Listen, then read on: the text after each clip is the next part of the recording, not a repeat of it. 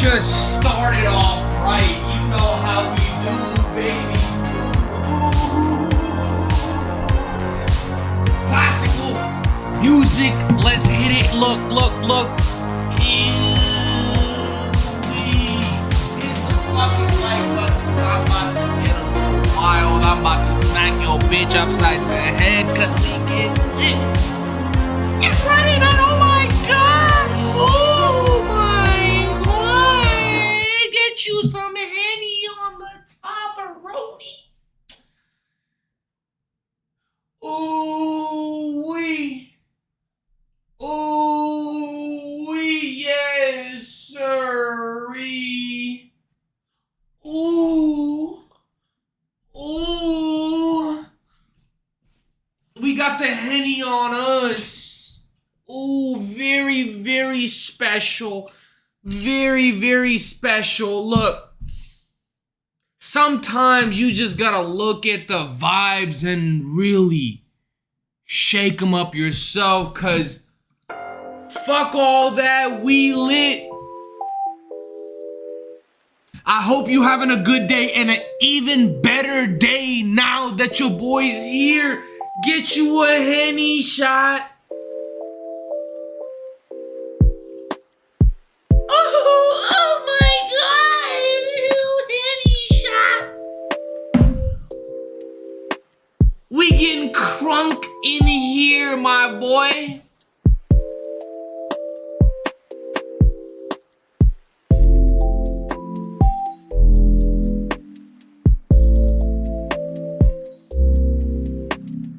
Look, you potato chip brain motherfucker. Cause look, tonight I'm just really, reminiscing on the good old times, the good old vibes. Sometimes you really need to bring out the classics. I haven't worn these shit since middle school, bro. I got these glasses way back in middle school and I thought I was hot shit. So I had to bring it out again and let them know what's good. Cause chat, look, there are some times you gotta go back to the good old days and let the classics ride, Look, there's something to nostalgia. Sometimes you really gotta get real nostalgic and feel the vibes, bro. Sometimes you gotta hit up your old hoes and let them come back to you. Sometimes you just gotta let yourself be in the past moment. I know it's called depression when you really look at the past and get sad about it. I know it's called depression, chat. Look.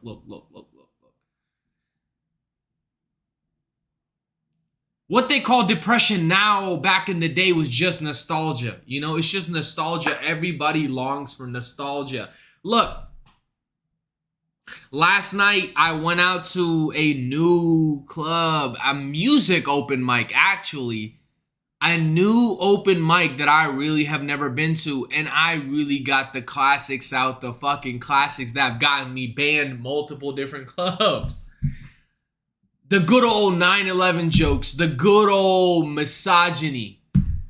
Because look, bro, I sometimes feel like people just don't understand what comedy is anymore. Nowadays, you can get on stage and yap. I'm doing a satirical, lyrical miracle. And sometimes motherfuckers really just don't understand it. And I understand that. But look, sometimes, that's the pure art that I'm going for when people don't understand if this is a bit or not. Look, I fucking murdered on stage. And by murdered, I mean I absolutely murdered the fucking vibe. I killed that mic low key. They didn't even know. Like, that person after me was like, guys, I don't know what the fuck that was. We're just gonna continue the vibe. Bro, I was supposed to get 10 minutes on stage. It's a music open mic, but they have variety. So sometimes there's comics. One of the people, the sound guy of the club, I can't drop the name on the club. They were nice as fuck to me, so I can't even be mad. I get it, bro. When people start, getting upset, I get it. It wasn't even people. It was just one couple. I'm not gonna lie. I kind of respect the couple because the wife ride or died for that man, bro. I made a fucking Osama bin Laden joke. Y'all know the classics. And he low-key was part of the bit for a little bit. I thought he was with it. I thought he had the energy and the vibe for the whole set. But honestly, I'm not gonna lie. I low-key felt like he was with it until he wasn't. When he got up, when he stood up and started walking and started yelling at me, I was like, oh shit, he's having fun. Oh no, wait, no, he's not having fun. Holy shit, this is going shit. Dude, pure silence. When I got off stage and I talked to people, they low-key thought it was a whole bit. They low-key thought it was a whole bit because I thought I was fucking, like, killing it. I was killing it, I thought. Until he walked out and didn't come back. And I was like, oh shit. Boy. Like, I was like, what the fuck? So, yeah, I'm not talking about murdering on stages and I did good. I fucking murdered the vibe because I feel like they've never had somebody just come on stage for 3 minutes and absolutely do so bad or just absolutely fucking kill the vibe to the point where nobody's coming back.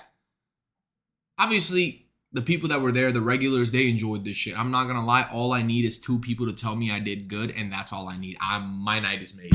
If I fucking walk out 47 people and about 2 of them tell me I did good, fuck the other 45. I don't give a fuck. Like, bro, that's all I need. I'm telling y'all don't understand a fucking mindset of a comic, bro. You don't understand that the fact that, bro, the amount of times I've drove an hour to do like 2 minutes on stage in front of 1 to 3 people. You giving me 40 people to walk out is a blessing. You gave me a whole club to walk out. That's a blessing. I don't think you understand. I've been doing shows in front of 3 people before and I'm bombed. I'm making straight eye contact. So 2 people out of a fucking 50 club or 50 person club, like 50 people being in the crowd, only 2 of them walking out. Give me a standing innovation, whatever it's called, innovation, what a ovation, I don't know, ovation, ovation, ovaries, I don't know, whatever it's called. That's basically me being like, dude, I made it, bro. If I walk out only 2 people, I'm coming back. I'm back. I don't know, bro. Last night was just so much fun. I had the time of my life, even though for the first 5 minutes of it, I was gonna cry deep down. I spent about 2 hours waiting to get my fucking lick. I was trying to get my lick back. I didn't get my lick back, but we tried. Look, this was a new club I went to. It was a music open mic. They have comics here and there, but I didn't realize they only have 1 comic. Like, they literally have 1 guy that does stand-up comedy, and he's only a clean comic. He does not do any dark humor. So me doing the fucking shit that I do, the vibes that I create, the energy that I bring, they was not ready for that shit. They was not ready for that shit. The manager had to come talk to me. I didn't get banned, so I'm happy about that. I'm happy that I didn't get banned. Because, bro, that's the problem. If you walk somebody out as an open micer, you're going to get banned. Unfortunately, you're going to get banned. And I kind of get sad about that because I'm like, dude, I'm just telling you that this is just comedy. Because nowadays, comedy has become sensitive. Nowadays, you have to appease the crowd. But that's not real art. That's not real art. If you are not hurting some feelings, if you're not really fucking with it, like really twisting the words, really fucking with somebody's perspective, really fucking with how they really perceive the world, if you really not challenging their beliefs, are you really doing stand-up or you just appeasing the crowd, you pussy? Because if you're just appeasing the crowd, then you just one of the million comics out there. If you want to be a true great, a true legend, You have to start walking people out. I walked out clubs, bro. Somebody in the crowd, or one of the musicians, whatever, he was pretty good. I'm not gonna lie. One of the musicians was really good. He comes up to me. He's like, bro, you better be careful. That white boy looked crazy. He looked like he about to go get his Glocky. I said, I don't give a fuck, because I'm going to slap him with my cocky. I don't think people understand, bro. When you do hood rat mics, ratchet mics, this light work to me, walking out two people is light work. It's really light work. Because there are times when I'm pushing the button and motherfuckers want to fight me. Fuck it. Let's get to it then. If you got hands, I got hands. Let's get to it then. Let's put in some work. Let's earn this. Let's earn this time on stage. Fuck it. Let's go. I'm going to stand behind mine. You going to stand behind yours? I promise these hands work. I don't know. I don't like fighting people. But when you threaten me, I'm gonna resort to violence and I'm gonna explode. Like, I promise you. Bro, the thing is, I'm a nice guy. I'm a really nice guy. People don't expect me to just go on stage and wild out like the way I do. I introduce myself humbly. I'm a very nice guy in general. But when I'm on stage, I'm a different person. When I'm on stage, I'm just expressing myself. I'm saying things that I don't necessarily mean. That's fucking comedy for you, dumbass. I literally give you a fair warning. If you get easily triggered, fucking go outside. Give me these 5 minutes. You can go get a cigarette for those 5 minutes, you dickhead. You dickhead. Like, you don't have to ruin the whole vibe for everybody. Even though I don't think it killed the vibe. The fucking host gave me 10 minutes at the beginning. Comes up to me right before I go up. Like, one person ahead of me goes, hey, can you do like actually 5 to 6 minutes? I said, I mean, I guess it's my first time here. Y'all don't really do comedy. I guess I'm going to be a nice guy. I'm going to be like, yeah, sure, I guess. I ended up doing 3 minutes. How do we go from 10, 6 to 3? Fuck is we talking about, bro? How am I going to condense my whole set down within like the 10-minute time frame that you gave me to like prepare this shit? I have a whole set that I have to get to. I was going to warm the jokes up, but I hit him with the hard classics. I gave him the classics and he couldn't handle it. And that's not my fault. I get it as an artist. I went outside to see if he was outside. I fucking wanted to see that couple so I can apologize. I don't apologize about the comedy. I'm never going to apologize about the comedy. I'm going to apologize about you being a bitch. I'm going to apologize you being a little pussy. My bad, OG. I didn't know you was a dickhead. So, I think at the end of the day, I'm going to speak how I speak. I'm going to stand on what I believe in. If I get punched in my face for that, so be it. So be it. I don't want that. I don't want to be fucking aggressive about it. I don't want to fight nobody. I don't want this to be an angry time. This is comedy. We're here to laugh. We're here to make fun of shit. We're here to just enjoy ourselves.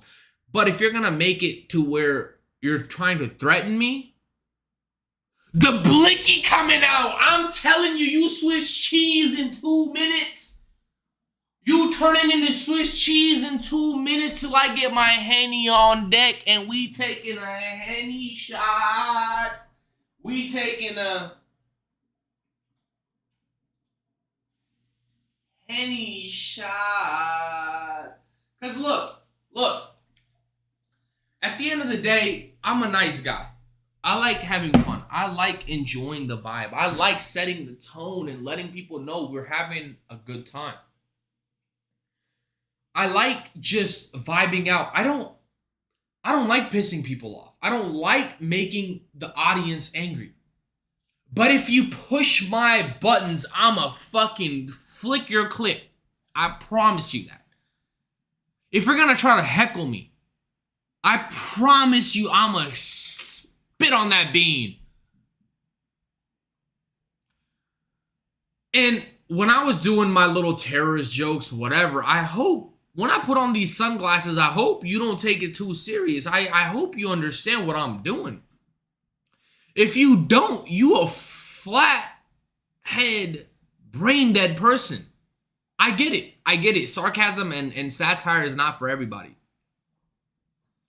But if your IQ is so low to the floor that you cannot comprehend simple tasks,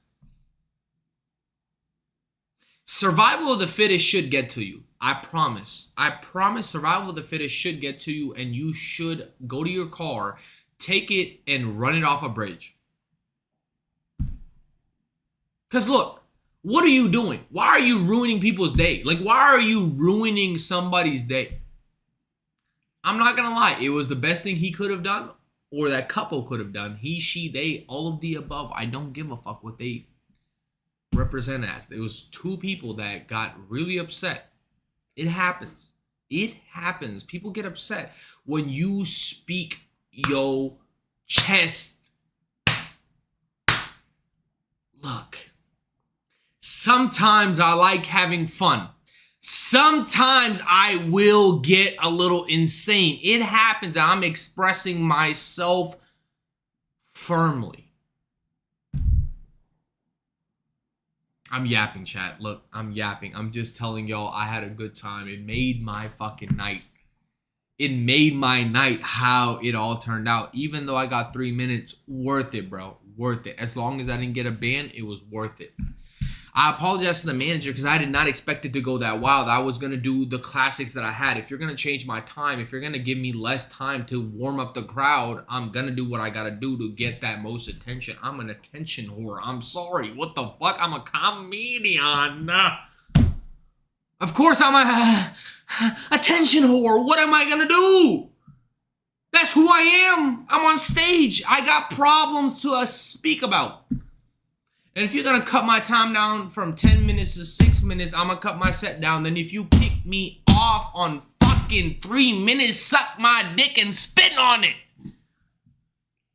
I need you to lube it up because this going deep in your throat, pussy boy. And that's okay. That's okay because I want to be a nice guy, but sometimes, somehow, some way, somebody's mad. You can't appease everybody. You can't appease everybody. And it's a problem, I understand. I sometimes feel the vibe. I wanted to take it easy. I wanted to take it a little bit on a slower roll. But motherfuckers want to test me. And then I'm going to play with your testes. Pause, no diddy. Pause, no diddy. But like I said, chat, I apologize to the manager. I apologize to the host because I'm like, bro, I'm sorry if I made it like a little weird because I'm not trying to be. I'm just doing stand-up. If somebody gets upset, that's part of the fucking bit. It happens. You're going to fucking rage bait somebody. Call me a masturbator. I'm sorry. I rage bait people. It happens. And if somebody gets triggered, that's on you. You know, like, it's good. But the host said, you know, that was fucked. He was kind of roasting me a little bit. And he really didn't really fuck with me after that. Like, I think he was trying to, like, do his thing. He didn't really fuck with me after that. Like, he's like, all right, bro, all right, I'm going to see you later. I'm like, yo, that's crazy. That's crazy. You not really an artist for real. Because if you an artist for real, you let the free expression speak for itself. You really let things happen as they happen. You are not in the moment. You're trying to control everything. You're a fucking Nazi. You're a fucking Nazi. You're the fucking open mic Nazi. Like, at the end of the day, like back in the day, all you would do is tell people to get on the train. You don't know where the train going because that's not part of your job. You're just making sure the train gets to Auschwitz. That's all you doing. You part of the Klan. That's the problem. I know Kanye says all this crazy shit, but all he's doing is expressing his free expression. Why are people so sensitive nowadays? And then they complain about where we are in the world. Bitch, you the problem. I'm the problem, sure, but you the problem too. When I see people claim that they're holier than thou, that they don't have these ideas, they don't have these ideas.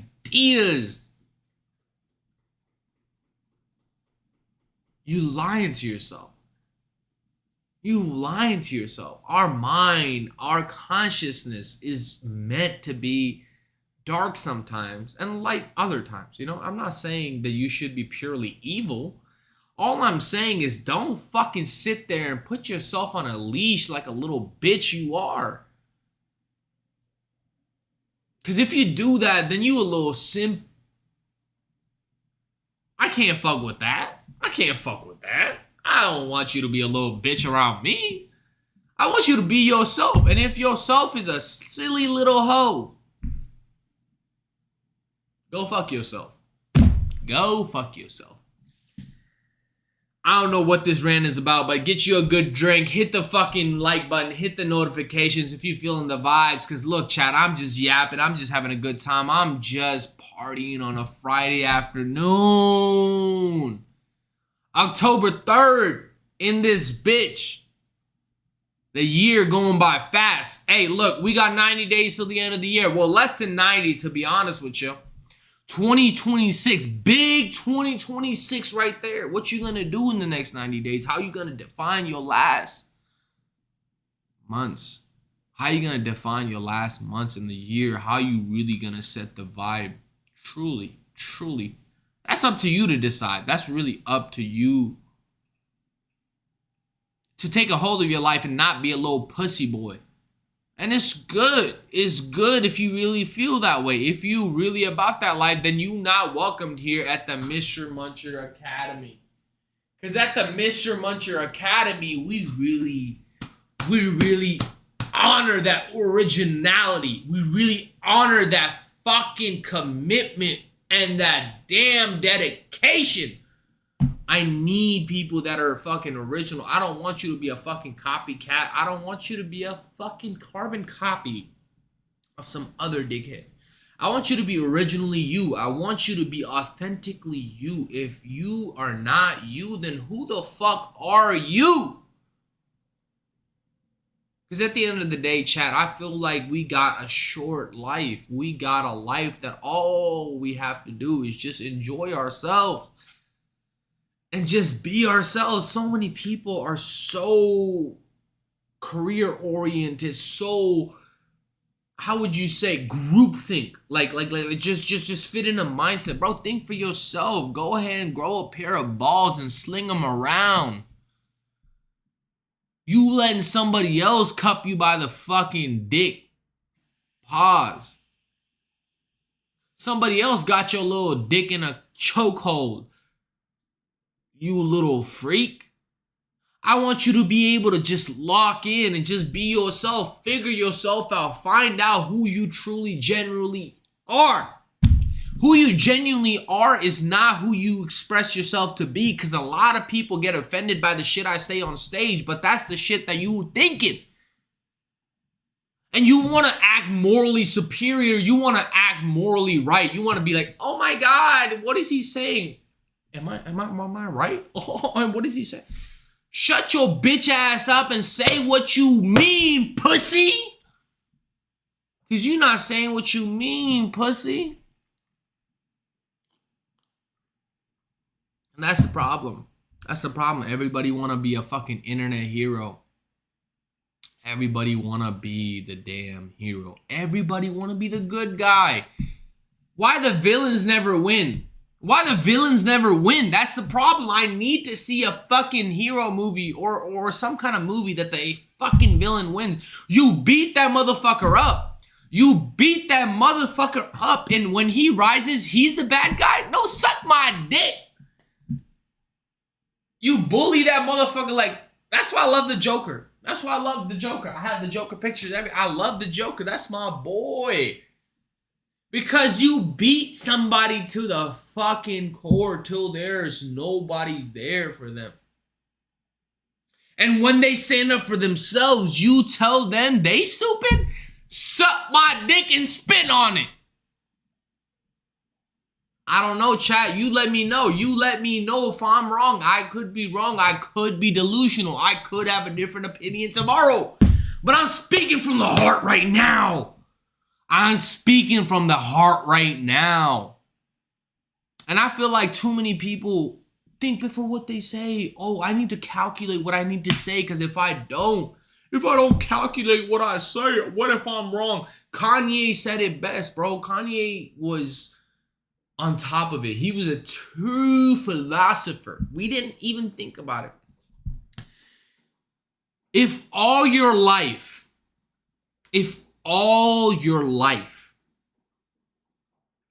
you look to say the right answer, then your life's a test. And when are we the most stressed out? On test day. I'm butchering that quote up. But the quote basically is saying that, bro, if all you're doing is looking for the right answer, then you're doing nothing but answering a fucking test. You're doing nothing other than fucking repeating what other people do. You're a fucking carbon copy of somebody else. You're just a fucking simperoni. You're nothing but a fucking fraud. You're nothing but a loser. If all you're doing is not speaking your mind, all you're doing is following the crowd, shut your bitch ass up and go kill yourself. Wait, hold on. Hey, GTA, this is all GTA, we're joking. But what you should be doing is jumping out the balcony, butt booty naked, eyes open, butt first. Pause, no Diddy.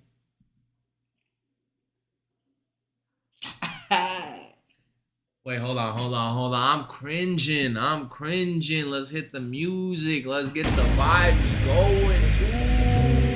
Ooh-wee.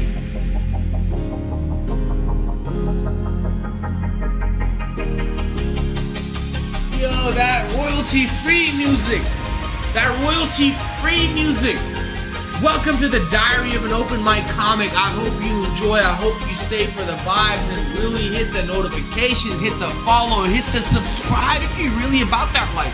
If you do, I'm gonna give you a good old wet kiss.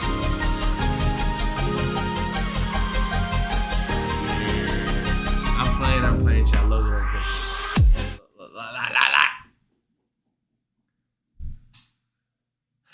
I fuck around and I mess around. I have a good time. I'm just enjoying myself because we're not on earth for that long, bro. Why are people so serious? Why do we push to the very end? Everybody wants to enjoy their life when they're like 60, 70. You're going to be fucking too stupid. You're going to not remember shit. You're going to be fucking off the rocker. You're not going to enjoy yourself at that age. Oh, once I get there, once I retire, I can really have fun. Shut up. Have some fun now. Enjoy your life now, dude. I'm not saying do some stupid shit, fucking rob a bank or something. I'm not saying that. I mean, you could. But I'm not saying that. What I'm saying is, chat. My beautiful chat, look, live your life, bro. Live your fucking life. We're living in a fucking delusion right now. That 9 to 5, keep your head down, get to work, get your paycheck, and go to fucking work again tomorrow. What are we doing? As humans, what are we doing, bro? Absolutely nothing but feeling ourselves and fitting in the mold that was set before us. Because when you try something new, they slap you across the head and let you know, get back in line, pussy. And that's the problem. I think that is the biggest problem, where people fall in line so easy because they don't want to upset the people around them. They don't want to upset the crowd around them. Bro, what if the whole crowd around you is wrong? What if everybody around you is fucking stupid? What if they're retarded as hell and they don't know what they doing themselves? They acting like what they doing. Just feel what you do. Feel what you like to do. I feel like that's where I'm coming from, bro. That's where I come from. I come from the heart. I'm not having any nefarious fucking ways of attacking somebody. I'm not being on stage to be fucking a dickhead. I'm going on stage to express myself. I'm there to enjoy my vibe. I'm there to enjoy the fucking crowd. I'm not there to upset you. If you get upset, then that's on you. I'm tired of feeling secondhand embarrassment.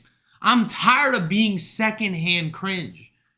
I used to care about that shit, but then I walked out fucking multiple clubs and got banned. Suck this dick. I don't give a fuck no more, boy. You truly have to dig deep. You truly have to dig deep and really know who you are. And I know deep down I'm a good person. I'm a great person. I'm a good guy. And if you truly believe that, you can do anything. If you truly believe you know who you are, then you can do anything. Because people will try to tell you who you are. People will try to tell you who you should be. How about I put this schlong on your face and you let me know who I need to be, big boy? How about I smack this schlong across your face and I get some chromosomes loose and you tell me who I really am? Because you don't know who the fuck I am. Because every day I'm a different person. Every day I'm learning. Every day I'm improving. If somebody tells me otherwise, they don't really know me, son. You don't really know me, son. You only know what I put out, and that's all I can say. People that think they know you, people think they can judge you, they don't, fuck them, bro. They don't really know you. They don't really fucking care to know you. And that's what I tell myself deep down, like genuinely, like where am I? Where do I stand with myself, you know? Where do I really feel like I belong? And I feel like I belong with myself. Because if I don't really care for myself, then who's going to care for me? You're going to have groups and groups of friends. You're going to have multi-billion-dollar friends. I don't know. And you think they're good people? You don't know for real. You don't really know for real.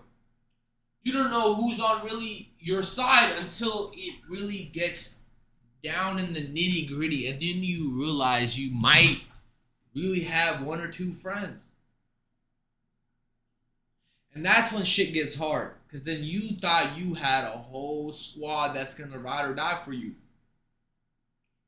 That whole squad left as soon as there was nothing for them to win. There was nothing for them to accomplish anything. There was nothing for them to achieve. And that's when you realize you come out the pussy alone and you go back into the fucking grave alone. So ride for yourself, love yourself, and really show what you really truly stand for. Because if you cannot stand for nothing, do you really need to be up and running? Let's go ahead and get you out of here. Let's go ahead and get you packed up and packed off, my boy. I don't know, chat. I'm just yapping tonight. I don't know. I feel like I'm having fun tonight. I feel like I'm letting loose tonight. I feel like I'm just getting started. Go ahead and get you a good hydration drink. Go ahead and get you some vibes. Because look, it's Friday night, my boy. My boy.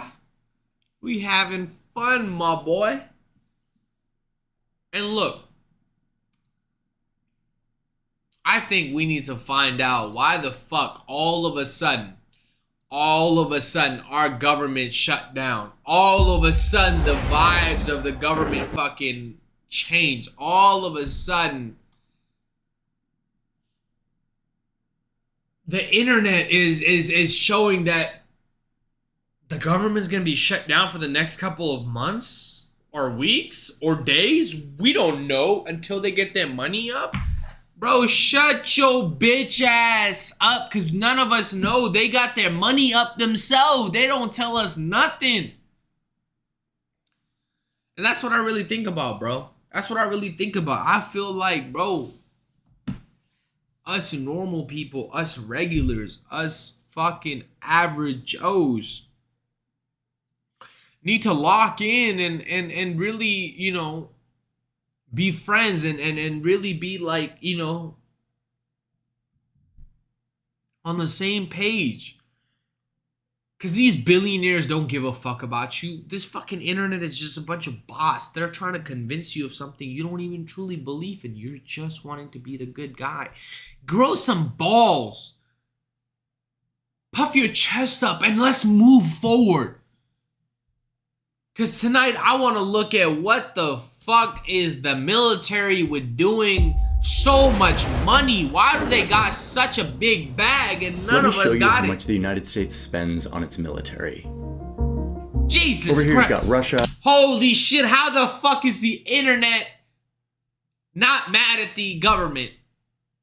Why are they mad at each other? Why can they not agree on this? 916 billion? Do you even know? Oh my lord, you getting fucking rinsed.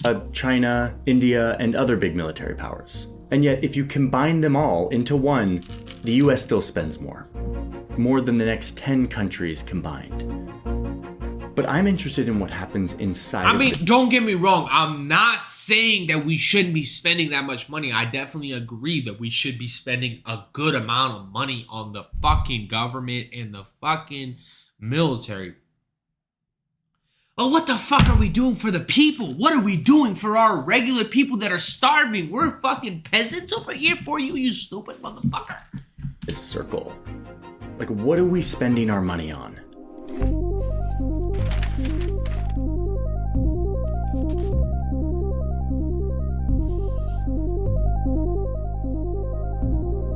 These bars going crazy, bro. In here, we'll see everything that the military spends their money on, from salaries for soldiers to elementary schools for their children. We'll see the $21 million helicopters and these missiles that cost $1.6 million each. And oh my god, 1.6 million, that's a Lambo. They dropping a Lambo on somebody's head. We'll see how much the Pentagon spends on the development of new weapons, new technology, like these ship-based laser weapons. And of course, the most expensive of all, the F-35 fighter jet, that will end up costing the taxpayers $2 trillion. We even made a little model of this guy. And like the real thing, $2 trillion? The Ain't model no way. is continually breaking down. Oh, okay, here we go. Yeah, the door thing is really hard to put in. Yeah. Of all the money our Congress budgets to run our government on any given year, almost half of it goes to the military. Here you've got education, and there's diplomacy, and health science, energy, environment. We've been deep in the spreadsheets and the data. Luckily, all of this stuff is pretty public and open to scrutiny, with the goal of visualizing all of this, trying to understand where the money goes, to understand why the US spends so much more than any other country on its military. And most important of all, to try to answer the question of whether all of this money actually makes us safer. Almost all of our witnesses before the Armed Services Committee tell us that we are in the most dangerous global threat security since generations. This is the Pentagon budget for 2023. I mean, I get it, bro. America is America for the reason that they're America. Because they balling out at the military. Get the Glocky out. Get the Glizzy out. Let them know what's good. Fucking fuck it. Fuck the Glock. I got a rocket launcher. Like, you know? It's how they planned to spend money that year. It turns out that how much they spend on defense is pretty complicated and depends a lot on who you ask. So go to the sources, you can see how we got all these numbers and what decisions we made. The total number we got was $853 billion. That's more than the entire economy of Switzerland. Let's take a brain break because I want to talk about another kind of budget, an annoying part of my personal budget, which is subscriber so that I and some other the military of the United States. It's a lot, so let's start to break it down. Close to half of all of this money goes to the vague-sounding category of operations and maintenance. This is $352 billion that we spend just on O&M. Billy, you have any idea how much that... Bro, that could solve all homelessness problems, period. That could solve all of homelessness, period. I don't give a fuck what anybody says. That can solve every homeless crisis in America. That's like larger than the entire economy of Portugal. Like just to create the report, to get all these numbers assembled in one place, cost the DoD $269,000.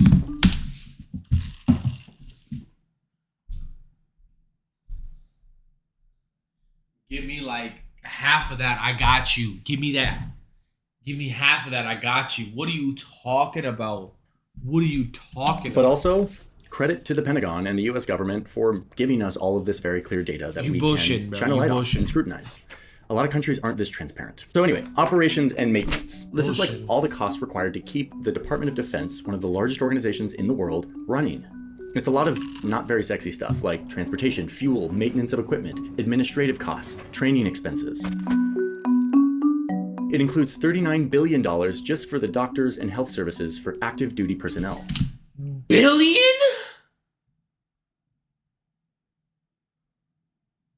Billion? And it also covers the stuff that you don't really think about when you think of military spending, like environmental cleanup in areas that the military has left unexploded bombs or spilled chemicals in the local environment. It also includes disaster relief and humanitarian money, which is something the military does as well. Here's nearly $1 billion dedicated to anti-drug activities. And here's $10 million for security at international sporting competitions. This huge category also captures the cost to run every one of the US's approximately 1,250 military bases, including the approximately 800 bases that are not in the United States, that are in other countries, which, by the way, are quite expensive to run because the US military has basically created a slice of America in these other countries. You've got Pizza Hut and McDonald's and Subway and grocery stores with products flown from the United States to make military personnel serving abroad feel like they're right at home. Okay, but let's just pause right here on this map because this is a good moment to recognize that the United States military is not a normal army. It is not a normal military. Most militaries are tasked with protecting their country, securing their borders. But the US military is so much more than that. It sprawls out throughout the entire globe. But see, that's the thing, bro. Like, that's what Rome did. They spread too thin across the world, bro. They need to focus on America, bro. Like, low-key, they need to focus inward, bro. They need to focus on their own people, bro. They're spreading too thin. Like, that's the problem. They're spreading too thin. US control over every corner of the planet, allowing the US to be the global policeman, where it enforces the rules and norms of the system that it created and from which it benefits immensely. So one quick answer to this big question of why the United States spends so much more on its military is actually pretty simple, because this is the cost of being the global hegemon, the one who gets to enforce the rules and maintain control over the globe. Okay, but let's keep going on our budget. That's the point of the video.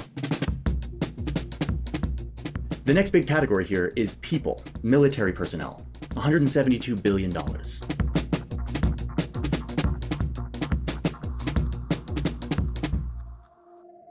Pay, benefits, retirement, healthcare for the over 3.4 million soldiers, reservists, and civilian military personnel. By some estimates, the Department of Defense is the largest employer in the world, though it depends on how you count it. The Pentagon also spends a lot of money on recruiting new talent, like the $28 million that they spent on hiring experts who work in artificial intelligence. Next, the military spends $140 billion on research and development. And a reminder, I know that these numbers are abstract and thinking about the future, with the goal of maintaining technological superiority on the What the fuck is we doing over here, bro? It's a huge part of what the Pentagon does. Now, a lot of this stuff is classified, but we do know that the Pentagon is spending money on stuff like AI, using AI to analyze drone footage to improve their targeting capabilities, building autonomous submarines, or these insane military lasers that they use at sea to attack other ships. For years, they've also been trying to develop this exoskeleton that will supercharge the abilities. Yeah, they're trying to turn into Fallout, bro. They're trying to make this Fallout, bro. They're trying to turn into that Fallout like New Vegas type shit. Their soldiers, allow them to carry more weight over long periods of time. Although this technology, while potentially promising, isn't really there yet, but it might be soon. Now, the Pentagon pours a lot of investment into these technologies for the battlefield. But sometimes this tech actually turns into stuff that we use every day, like GPS, drones, voice recognition, the computer mouse, and the internet itself are all technologies that were first developed, at least in part, by the US military. The World Wide Web, or the web, was created for and by the United States Department of Defense. Let's quickly look at this smallest of the categories, still $19 billion, but compared to all these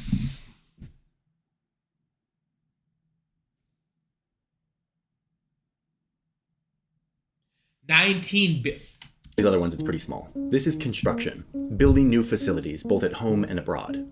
Like this little project, $85 million for jet fuel tanks in Japan, supporting force projection in the Pacific. What are these numbers? How many...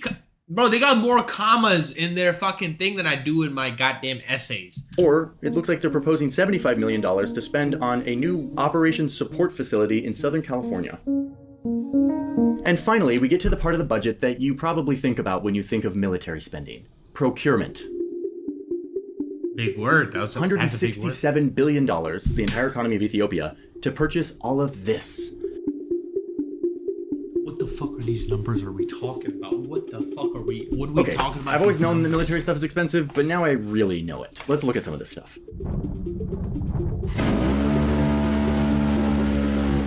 This jet cost around $142 million. The US bought 77 of them in 2023 and is asking for another $14 billion to buy 83 more this year.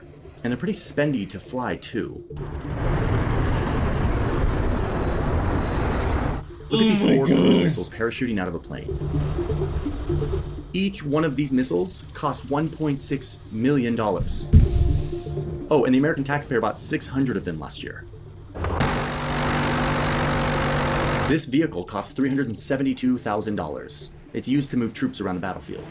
Last year we bought about 3,700 of them, and this year we want another 3,100. $2.8 billion buying 24 of these F-15s. For the Navy, this is going to cost $7.3 billion. $1.2 billion for these 56 Black Hawk helicopters for the Army. $8.2 billion for 3 destroyer-class ships, probably doing the same thing with the submarines. Fleet replenishment, American-class amphibious assault ship, about $2.2 billion.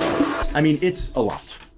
And these are I feel like, don't they get fucking technologically behind doing all this shit? Like that's the thing, bro. Like, I feel like they're buying technology that's gonna be old in a couple of years. Like, bro, like they're buying shit that's like, of course, like cutting edge now, but in like 5 years, I'll be like low key, like behind. Few tiny little samples. I'm just scratching the surface. Oh my god. And in fact, this diagram that looks so complex and granular is also highly simplified and condensed. Each one of these categories actually contains billions of tiny little things inside of it. This organization is much bigger than we could ever fathom.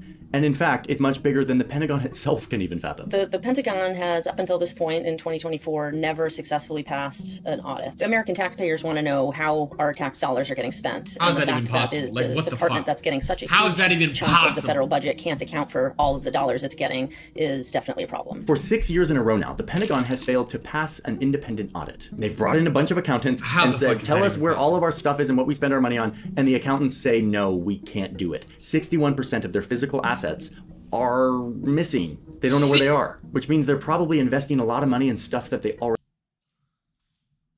If I can't do taxes for 1 year, I'm behind on my bills. They taking shit out of my paycheck. Like, if I don't do taxes for 1 year, they're knocking at my door. But these motherfuckers can spend whatever, and 61% of it is unaccounted for. I'm smacking a hoe. Already have, and they just don't know it. But my bigger question here is why? The United States pulled out of Afghanistan a few years ago. The war in Iraq is over, but spending continues to go up. And spending went down for like a split second, but look, it's going up again. Yeah, they got like 3 other wars to first fucking off, fight. remember what we talked about earlier. The US is not a normal country with a regular military. The US is the global hegemon, who uses its military to assert control and order over every corner of the globe. But Bro, y'all seen the pictures with fucking North Korea, Russia, and China in... Ooh, they locked in right now, bro. It's getting crazy out in these streets. I don't know how. And this reason is much more infuriating to me. What our little graph here doesn't reveal is that most of this money is going to private corporations, who get $466 billion of these dollars, about 54%. And once again, the US government tells us exactly which corporations they give all this money to. We pulled the last 19 years worth of data on these private contractors. At the top of this list, you start to see the same names over and over. Raytheon, General Dynamics, Boeing, Northrop Grumman, Lockheed Martin. These are the names at the top of these lists, year after year. There used to be a lot of different defense contractors, but over the last 3 decades, they got gobbled up by these big 5. Transitioning, from the words of the Pentagon, from 51 to 5 aerospace and defense prime contractors. As a result, the DoD is increasingly reliant on a small number of contractors for critical defense capabilities, i.e. we've got kind of a monopoly issue on our hands. These 5 contractors own the space, and the Pentagon can't really go elsewhere if they need an F-35. There's only one shop in town that makes it. For this reason, the prices can get pretty out of control. Like the Pentagon used to pay $25,000 for this Stinger missile, and now they pay nearly $500,000 for the same missile.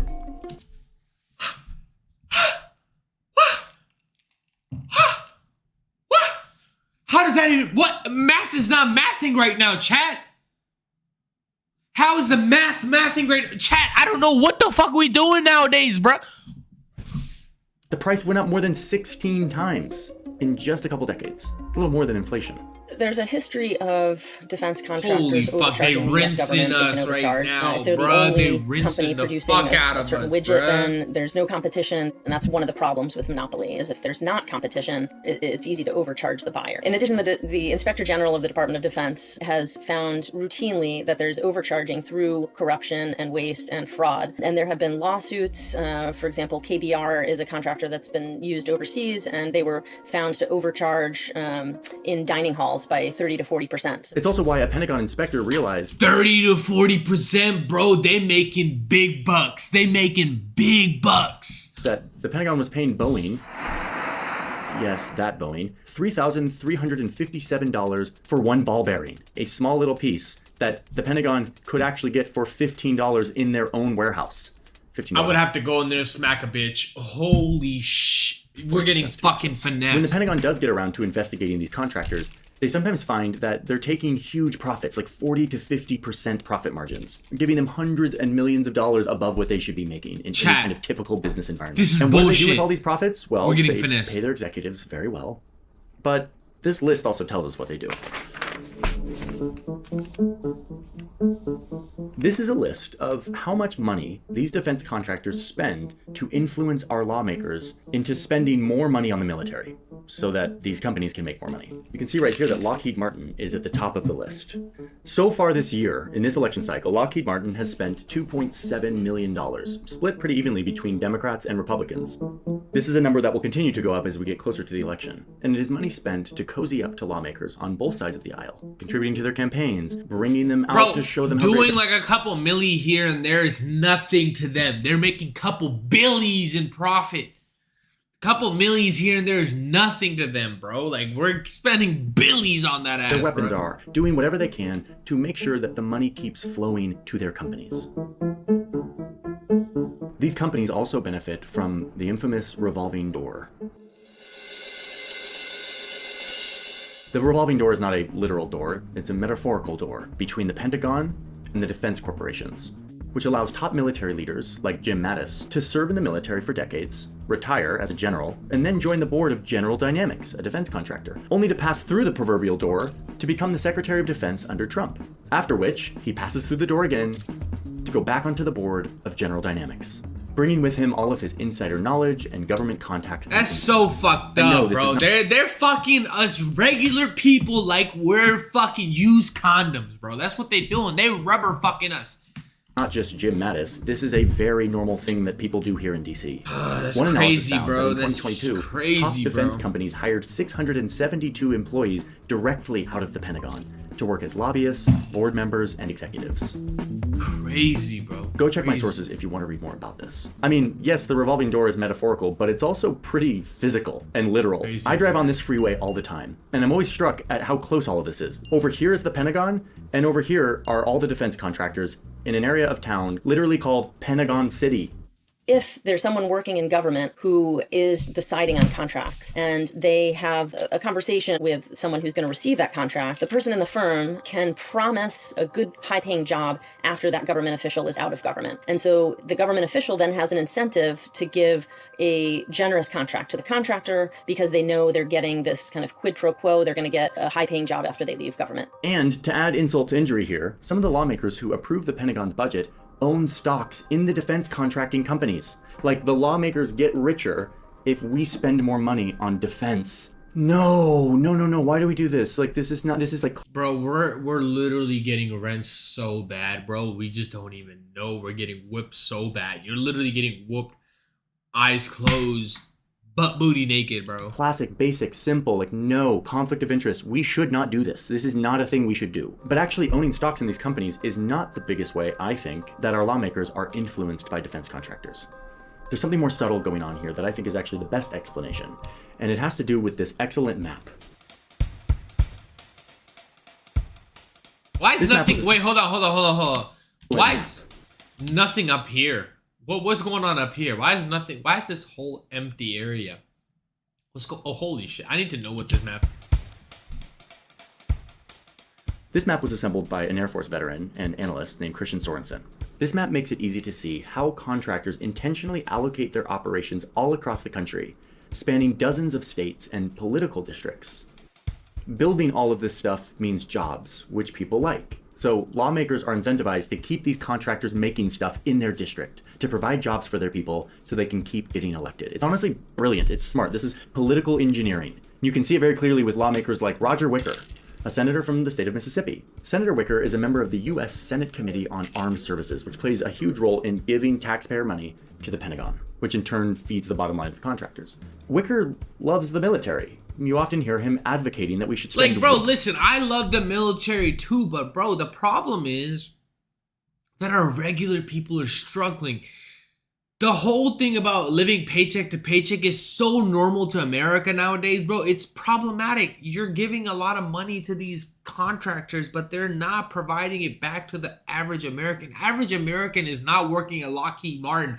They're not working at Raytheon, bro. They're working at a fucking Walmart. They're working at fucking Starbucks. They're fucking doing regular 9-to-5 shit. You're talking about like the top 5 to 10%. You're making them richer. You're starting a divide in America that cannot be fixed anymore, bro. This is crazy. Way more on the military. We need, in the United States, to spend more on defense. It's a necessity. His suit is probably, bro, like, I'm not gonna lie to you, bro. Wicker loves the military. You often hear him his advocating suit is that we should probably spend way worth more on the more military. than the average American salary. In the United States. Like, just that suit right there, I promise you, bro, that suit right there is probably worth more than most average American salaries. It's probably a $30,000 suit. I promise you, it's like a 10K suit right there, bro. Average salary in America is like 30K nowadays, bro. Like 30 to 40K, really. Crazy work, bro. To spend more on defense. It's a necessity. He writes op-eds in the New York Times calling for more shipbuilding. And when you look at his state, you realize, of course he does. The largest employer in Mississippi is this naval shipyard run by a defense contractor named Huntington Ingalls, which means more jobs and economic stimulus for Wicker's people in his state, which means a better likelihood of being reelected. Now, these defense contractors know that Senator Wicker is an important part of their bottom line, so they contribute huge amounts of money to his campaign to make sure he gets reelected. It's this virtuous cycle between Senator Wicker and the defense contractors that results in us spending more money on things that maybe we don't need to. Senator Wicker's job is to represent the American people. He sits on a committee that is supposed to be looking at our national security as a whole. And yet, thanks to the strategy of these for-profit defense contractors, this lawmaker has way too much incentive to advocate for more military spending, which is exactly what he does. My issue here is less with Senator Wicker or Congressman Mike Rogers, who has the same thing, sits on a committee, gives a bunch of money to the Pentagon, has a state where billions of dollars of defense contract money comes into, takes tons of money from defense contractors for his campaign, gets reelected, continues to approve more money for the Pentagon, etc. My issue is with the system that allows this to happen, that allows the money from our military spending to be used to influence our lawmakers into more military spending. It's so clearly a conflict of interest. And it is this system that is us regular people getting rinsed right now, bro. Us regular people are fighting tooth and nail for this shit, bro. Where there is very little political pushback to the endless ratcheting up of our military budget. You know, no congressperson wants to be the person who loses jobs in their district. Nobody wants to be the one known as shutting down a plant and people becoming unemployed. And so Lockheed can say, we have to have increased funding of this contract or you will lose jobs. And so that idea that jobs are essential, the Department of Defense spending is essential, really gives the contractor political power. Let me make one point clear, which is that this isn't all corporate lobbying that contributes to the US spending so much on the military. That would be too lazy of an explanation. We live in a world where there's a well-documented paradox that explains that strong militaries are actually the key ingredient to avoiding conflict, in deterring an enemy from attacking, keeping a balance between big militaries so that no one attacks. Maybe someday we won't need militaries even close to the size that we have today. But it appears that in today's world, we still do need big militaries with credible threats to avoid the age-old human curse of war. And yet, on the other side of that paradox is the fact that if you grow your military, you force your adversary to do the same, to keep pace with you. The US and the Soviet Union did that for decades during the Cold War, each ratcheting up their military until suddenly both sides had over 10,000 nuclear warheads. That is madness. It diverges from the rational, and yet it's the logical... Yo, that's my favorite plane right there. Should look like a quesadilla, bro. ...results when we decide that the main solution to beating our rivals is to just make more weapons. As the US spends more, Russia, China, other countries are spending more. If you look at the discretionary budget, about 50% of that goes to the Department of Defense. Bullshit! And only 1 or 2% of that goes to the Department of State. You can see where our priorities are. A show of force is really the first foreign policy of the US. For this one, the explanation is easy. Diplomacy is hard and complicated and long. It doesn't make leaders feel as powerful and secure as having a big military does. And no one's getting rich off diplomacy. And yet diplomacy, international law and organizations, treaties, cooperation, that is how we solve our differences. That is how we have learned to live peacefully on this globe. The fact is, no one ever achieved sustainable peace by spending more on their military. And finally, we have to remember that while we pour so much into our military, that is money that can't be spent elsewhere. If we increase defense spending, that necessarily has to mean something else decreases. Bigger piece of the pie for defense, smaller piece of the pie for other things. And those other things might be healthcare, education, climate change, and so on. And then we can also think of this notion of security. What actually makes us secure? Does spending more on defense make us more secure? If you look at other sources of security, having good roads and bridges, having safe drinking water, these are all things that Americans need investment in to be safe, to be healthy, so we're economically secure. People have jobs that they can go to, funding for college. Those are all sources of security as well. So it's not just military security we need to think of when we think of the federal budget. I deeply respect the men and women who work and serve the country in the military. But I think that our laws and norms around how much money we give to the military prevents us from assessing this situation clearly. The system we have incentivizes the wrong priorities. Priorities that have a lot more to do with profit margins of companies and the electability of lawmakers. All of this setting us on a path of infinite escalation that risks ending in disaster. That's deep. Hey, thanks for watching, everyone. If you haven't checked out Search Party, our other channel run by Sam Ellis, it is Geopolitics and Sports. It's a really great channel. You should go check it out. All of our music we make here in-house with our composer, Tom Fox. That is all published over on our music channel called Chromatic. It's also on Spotify, so head over there, link in the description. Subscribe. Mr. Harris, I'll have to give you a round of applause with the documentaries, bro. Y'all go ahead and go subscribe to Johnny Harris because he does drop some bangers, bro. Look, he's dropped some crazy, crazy good fucking documentaries. Like, I cannot like get away from his documentaries. They're everywhere, bro. I love his documentaries. Like, sometimes I just think about it and I'm like, yo, like, that's a vibe. I really liked the documentary that he dropped. It happens, it happens. Let me see what else they got. They got let me get y'all over what we got going on, bro. What did NASA find? Oh my god. DDG in the Content House of Doom. What is this? 10 minutes? Okay, well. Why are we so violent? 49 minutes is too long, bro. I check out. The worst design city in the world? Not Houston. We're gonna have to watch this. Saved by Design. We're gonna have to watch this, bro. This is Houston, a city full of endless traffic jams, relentless floods, and roads so dangerous most wouldn't. Look, Dallas is better for a reason. Look. Dare walk them. Located in the state of Texas, Houston consistently ranks as one of the worst designed cities in the world. And if you've ever been here, you can see why. But it wasn't always this way. Houston used to be a city of opportunity. Oil made it rich, the ship channel turned it into a global port, and when NASA set up shop, Houston became the home of America's space missions. For a while, it really felt like this city had no limits. So what went wrong? How did a place once known for big dreams turn into the poster child for bad city design? In this video, we're going to look at how Houston grew, the problems built into its streets and neighborhoods, and the lessons it could learn from other US cities. But before we talk about fixes, we need to see how it all started. Houston was once a city built on promise. Oil wealth fueled its rise, the ship channel opened it to the world, and when NASA arrived, Houston became the face of America's space ambitions. Land stretched endlessly, and for a moment it seemed like the city had no limits. That sense of freedom shaped everything. While other cities wrote zoning codes to control growth, Houston chose another path.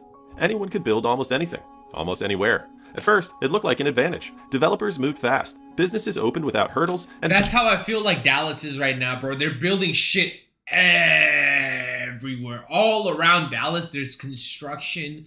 You can't go nowhere, bro. It's a pain in the fucking ass driving around Dallas, bro. Families bought homes at prices that seemed impossible in other booming metros. Houston sold the image of a city where rules never stood in the way of ambition. But the foundation was shaky. By the late 20th century, the city's form was already fraying. Suburbs spread far into the prairie, and storms exposed how fragile the ground beneath Houston really was. Entire neighborhoods rose in floodplains because development always came first and drainage came later. What started as flexibility hardened into disorder. By the time the new century arrived, the very policies that once drove growth had become burdens. Choices made for speed left Houston carrying flaws too heavy to escape. Those flaws set the stage for the design failures that define the city today. And that's really the heart of the story: design.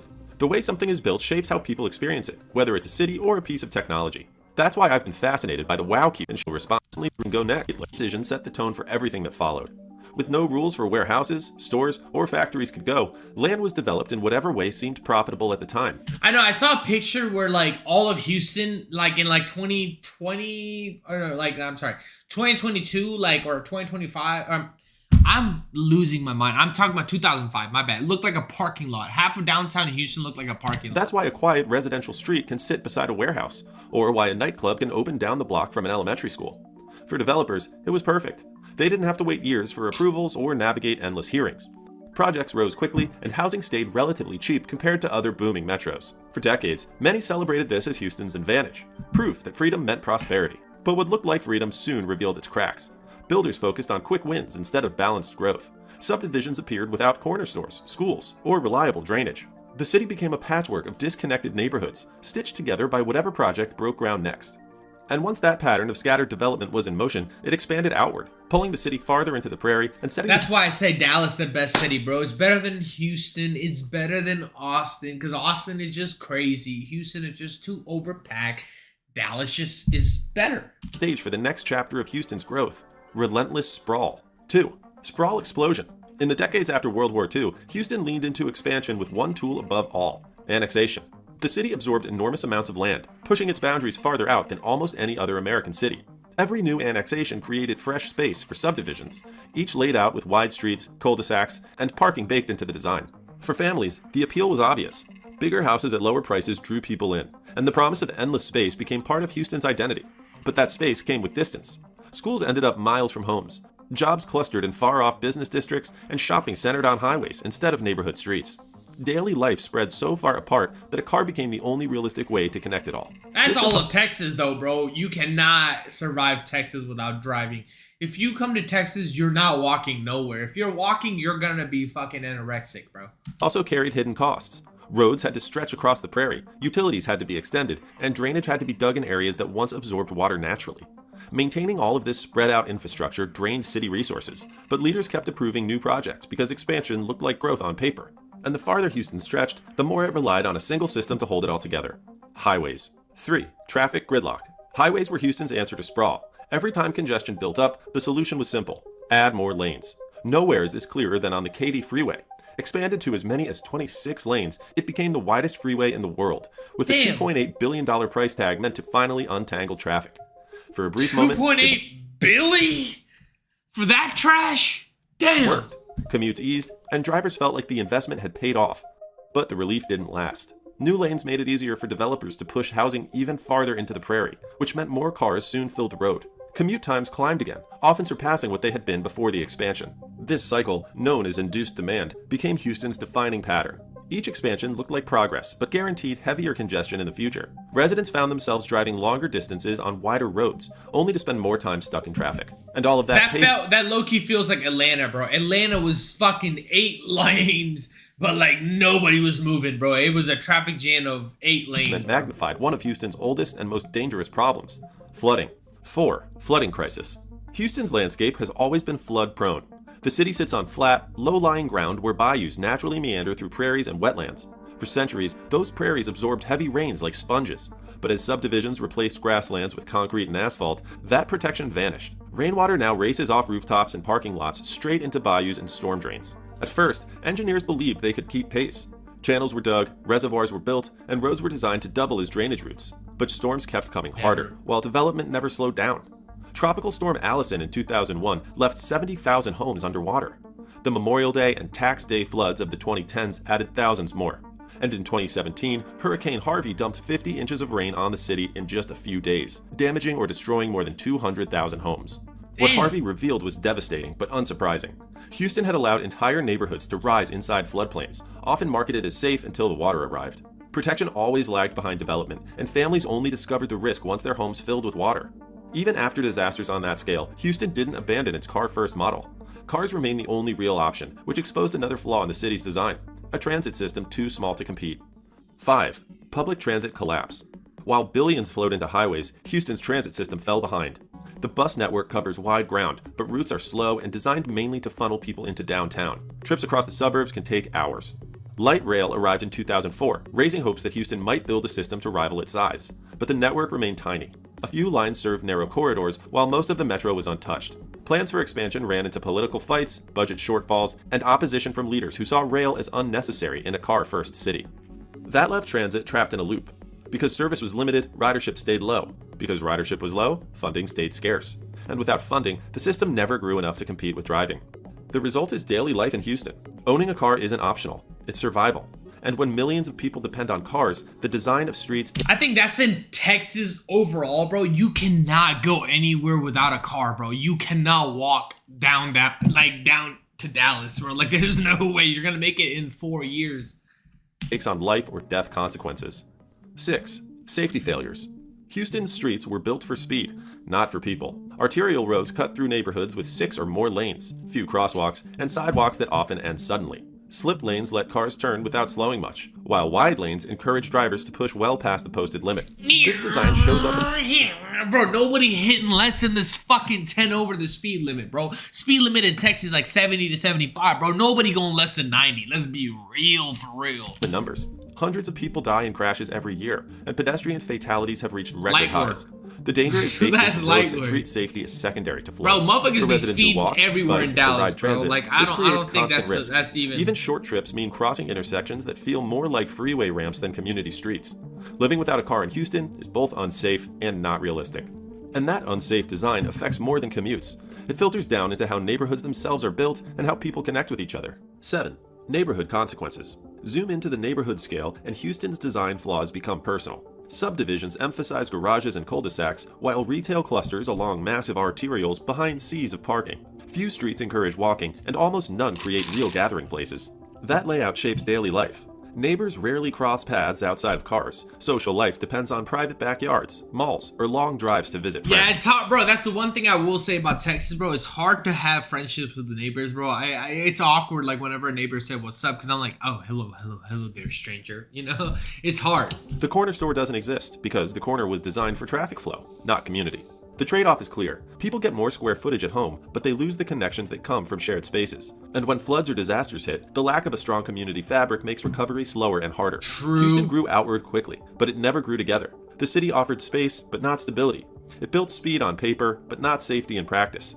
And taken as a whole, these choices explain why Houston today is often called the worst designed city in America. And by the early 2000s... But isn't it like the fastest and one of the biggest cities in America? Is crazy too. Like...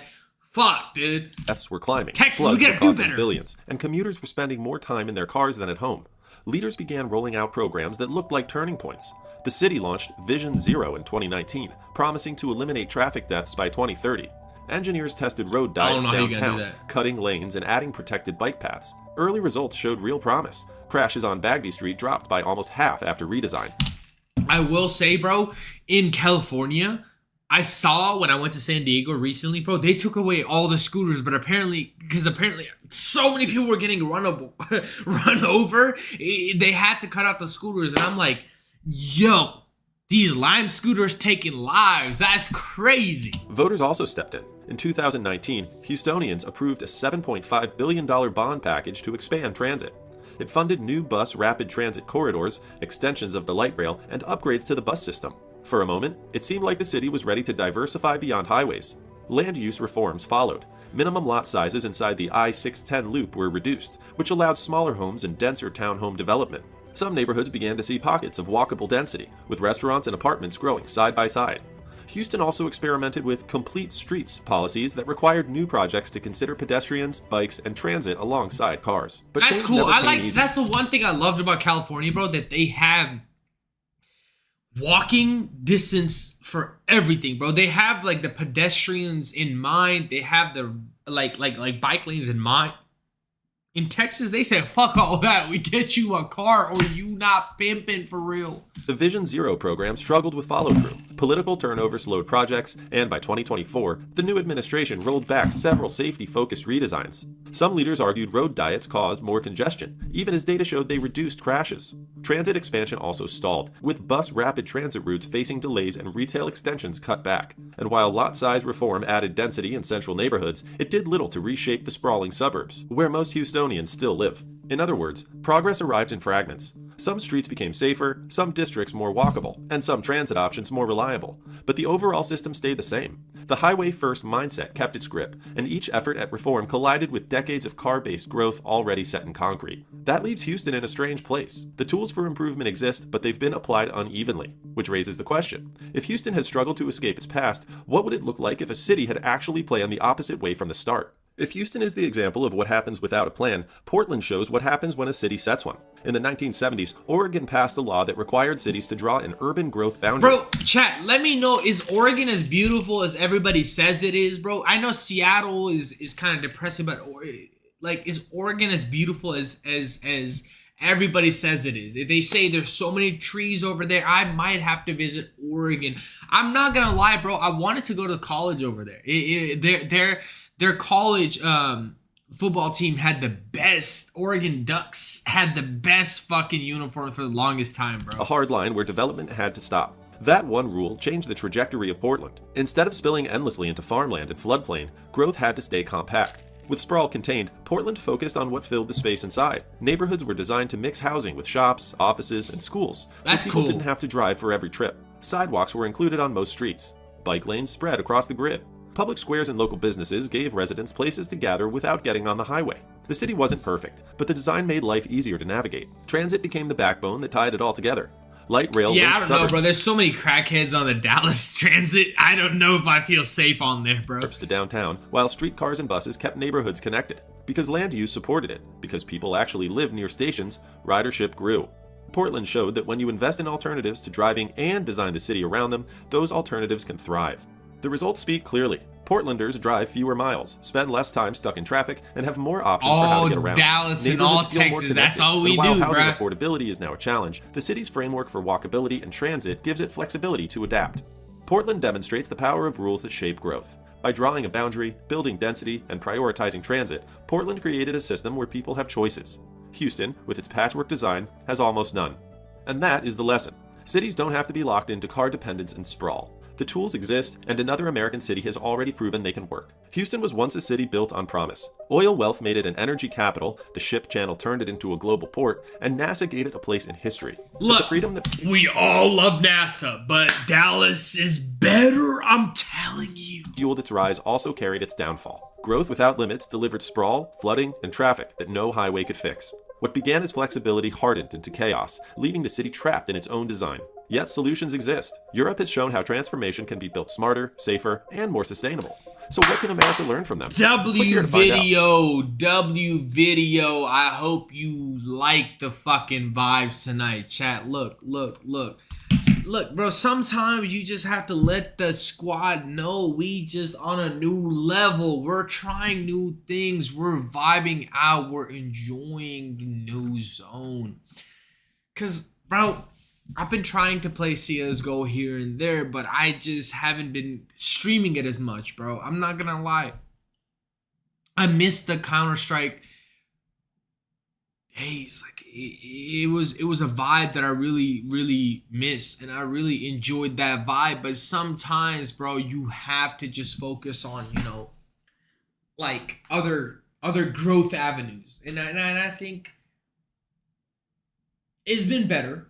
I think the whole streaming shit that I've been doing now has been better. But I do miss the OG days where I could do, you know, streams of 2 hours of Counter-Strike. But I've improved it to reaction videos. I've improved it a little bit better to more, you know, stuff that people may like. More, you know, how would you say, authentic vibes where people really like, you know, little stuff. I don't know. I feel like you can let me know in the chat. You can let me know in the comment section if you're watching the videos after the fact. If you really enjoy, you know, what I'm getting at, if you really enjoy the boy bringing you what it is. Hit the fucking notifications, hit the fucking likes, cause we're coming at you with the good old Henny bottle. Let's get right to it. Oh my god, is this really the vibe? Cause the Henny kicking in, Y'all stay till the end. You a real one, you a real one, you a real one.